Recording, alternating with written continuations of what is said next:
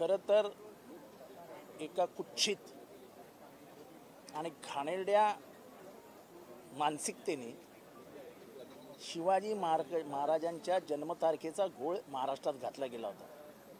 आता ह्याच्या मागे कोण होतं, काय होतं हे मला सांगायचं नाही, पण संशोधनानंतर तत्कालीन मुख्यमंत्री विलासराव देशमुख यांनी तज्ज्ञांची जी समिती नेमली होती, त्याच तज्ज्ञांच्या समितीने पुढे येऊन सरकारी तारीख 19 फेब्रुवारी आहे असं जाहीर केलं आणि त्याच्यानंतर आपण सरकारतर्फे जाहीर झालेल्या तारखेनुसार शिवजयंती साजरी करतो, जिजामाता जयंती साजरी करतो, राज्याभिषेक दिन साजरा करतो, संभाजी महाराज जयंती दिन साजरा करतो. हे सगळं तारखेनुसार होत आहे. आता अचानक परत हे चक्र उलटं फळवायचं आणि तिथीवर आणायचं, ह्याच्या मागची भूमिका काय हे मला काही समजायला मार्ग नाही.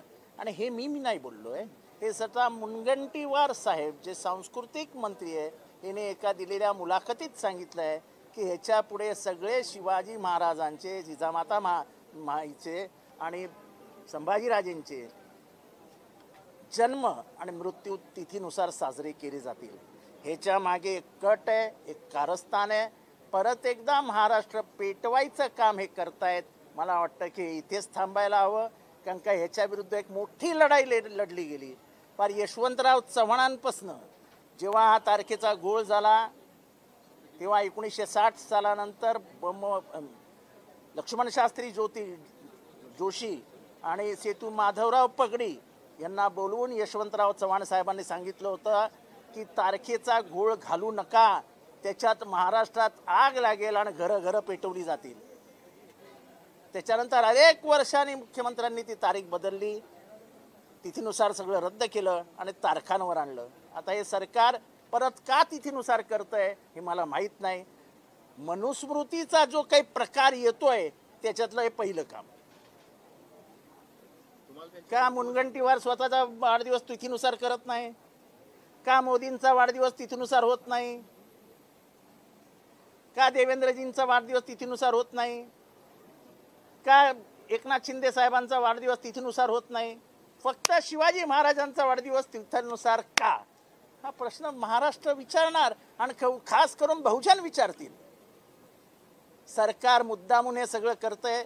हारलेल्या मानसिकतेत असलेलं सरकार हे नको ते काम करतायत. तरुणांना कामधंद्याला लावतायत, नोकऱ्या द्यायच्या नाही आणि नको त्याच्यात कामाला लावायचं.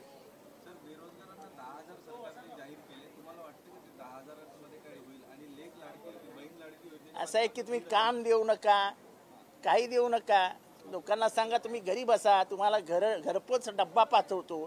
प्रश्न मिटणार नाहीत. लोक शिकतात ते मोठं होण्यासाठी, लोक शिक्षण घेतात ते मोठं होण्यासाठी. यांना माहीत नसेल ज्या मुंबई IIT मध्ये पास होण्याच्या आधीच 10-10 लाखाच्या नोकऱ्या मिळायचे, त्याच्यातले अर्धे IITians आज बेकार आहेत, बेकार, नोकऱ्या नाही आहेत. IITचा अभ्यास करून जर नोकऱ्या मिळत नसतील तर हे सरकार कशाला आहे? हे फुकटचं जेवणासाठी पोरं जन्माला येत नाहीत. हे फुकटचं काय ते अनुशेष काय म्हणतात त्याला, अनुदान घेण्यासाठी पोरं जन्माला येत नाही. त्यांना घाम गळायचा असतो. त्यांना घाम गळण्यासाठी काम तर द्या हाताला. केंद्र सरकारने वाढवलेली महागाई बघता ज्या लाडकी बहीण योजनेत 1200 ते 1500 रुपये देण्यात येत आहे, त्या 1200 ते 1500 रुपयात महिला हे फक्त आमिष साहेब निवडणुकीपुरत सगळ्या महिलांनी, सगळ्या पुरुषांनी, सगळ्या तरुणांनी यांना लोकसभेमध्ये जागा दाखवल्यानंतर आता जागा झालेलं सरकार आहे आणि तेही त्यांना कळत नाही आपण बोलतोय काय. मी कालच सांगितलं की ह्याच संकल्पात ते म्हणतात की ह्याच्यातली सुसूत्रता आणि मूल्यमापन करून आम्ही एक समिती नेमू आणि ते जसं सांगतील तसं पुढे जाऊ. म्हणजे कुठलंही सुसूत्रकरण न करता, मूल्यमापन न करता हा अर्थसंकल्प आणलेला आहे. ही किती खेदाची गोष्ट आहे, ही किती खेदाची गोष्ट आहे.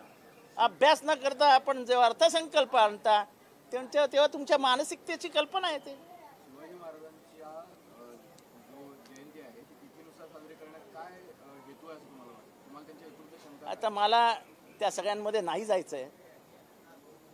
जेम्स लेननी जे पुस्तक लिहिलंय पान क्रमांक 93 पॅराग्राफ नंबर 5 त्याच्यामध्ये जे काही लिहिलंय त्याच्या मागचा हा हेतू आहे. जेम्स लेन असं म्हणतो की it is jokingly said in the streets of Poona that Dadoji Kondev is the biological father of Shivaji Maharaj. त्यांच्या मातृत्वावर आणि पितृत्वावर शंका निर्माण करणारा जेम्स लेनचं हे पुस्तक हे ब.मो. पुरंदर यांनी मान्य केलेलं पुस्तक होतं. तिथेच जन्मतारखेचा घोळ आहे आणि ह्या जन्मतारखेचा घोळ घालण्याची सुरुवात त्याचा जन्म ब.मो. पुरंदरे यांनी केला होता. सर भाजपाची आज बैठक मुंबईमध्ये पार पडते. भाजपाचे चिंतन आणि मंथन केलं जाते आणि सकाळपासून या बैठकीला सुरुवात झालेली आहे. एकूण लोकसभा निवडणुकीनंतर याची जास्त लोकसभेच्या निवडणुकीनंतर चिंता वाढलेली आहे. त्यामुळे ते चिंतेचं चिंतन करण्यासाठी त्या बैठका आहेत. शेतकऱ्यांना देऊ, कामगारांना देऊ, ह्यांना देऊ, त्यांना देऊन खिशात नाही आणा आणि म्हणतात बाजीराव म्हणा. अरे कुठनं आणणार आहेत पैसे? काल खडसे साहेबांनी सांगितलं ना 7 लाख कोटी रुपयांचं कर्ज आहे महाराष्ट्रावर. तुम्हा सगळ्यांवरती 1,60,000चं कर्ज आहे प्रत्येकावरती. याची कल्पना आहे का तुम्हाला? वाढवा कर्ज. आपली लहानपणी आई काय म्हणायचं, ऋण काढून सण साजरा करू नका. याची साधी अक्कल आहे गव्हर्नमेंटला नाही. त्यांच्या आईने काय यांना शिकवलं गेलं दिसत नाही.